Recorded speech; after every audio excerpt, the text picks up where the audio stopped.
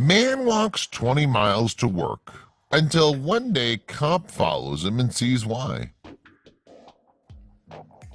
On his first day of work at a location nearly 20 miles from his house, a young man in Alabama said he was left with one option to get walk. After Walter Carr's car broke down, he was faced with the dilemma of how to get to his job site the next morning. It was going to be his first day with Bellhop's moving company. He decided to leave his house in Homewood at midnight after sleeping for 4 hours and began the trek to the home of the family he was going to help move. Along the way, Carr sat down because his legs were hurting, and he was stopped by Officer Mark Knighton of Pelham Police Department.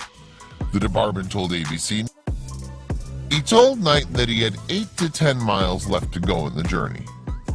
Officers Carl Perkinson and Clint Rhodes pulled up shortly after the Pelham police added, and all three officers took the young man to breakfast.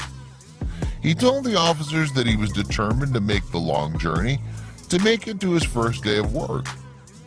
"I didn't want to defeat myself," Carr said.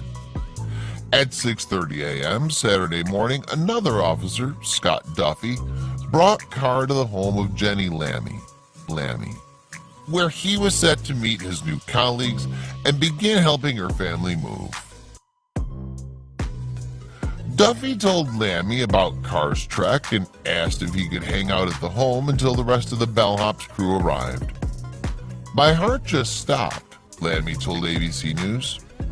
She said she offered Walter food and a couch to lie down on until 8 a.m., but he insisted they get to work.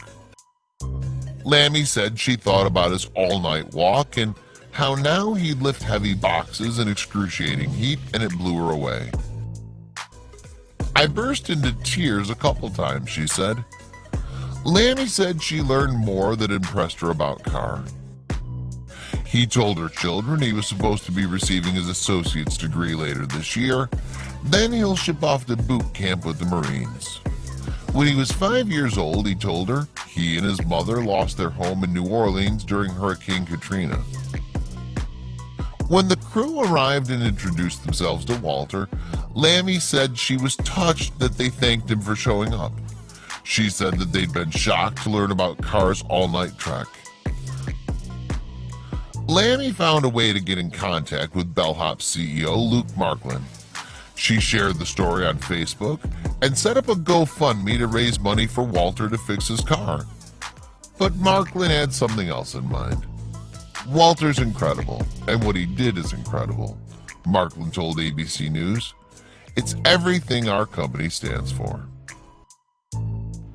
Marklin drove from his home in Chattanooga, Tennessee to Homewood, Alabama to meet Carr for lunch.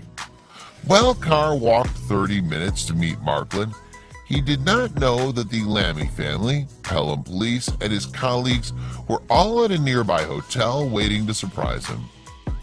When he arrived, the entire group was there, and Marklin gave him the keys to the SUV he drove to Alabama, a Ford Escape.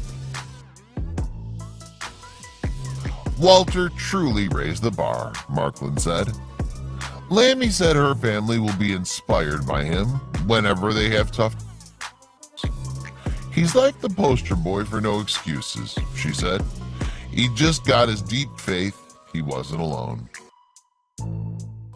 Carr said he was so happy that he had touched people with his story and that he was blessed to bless others.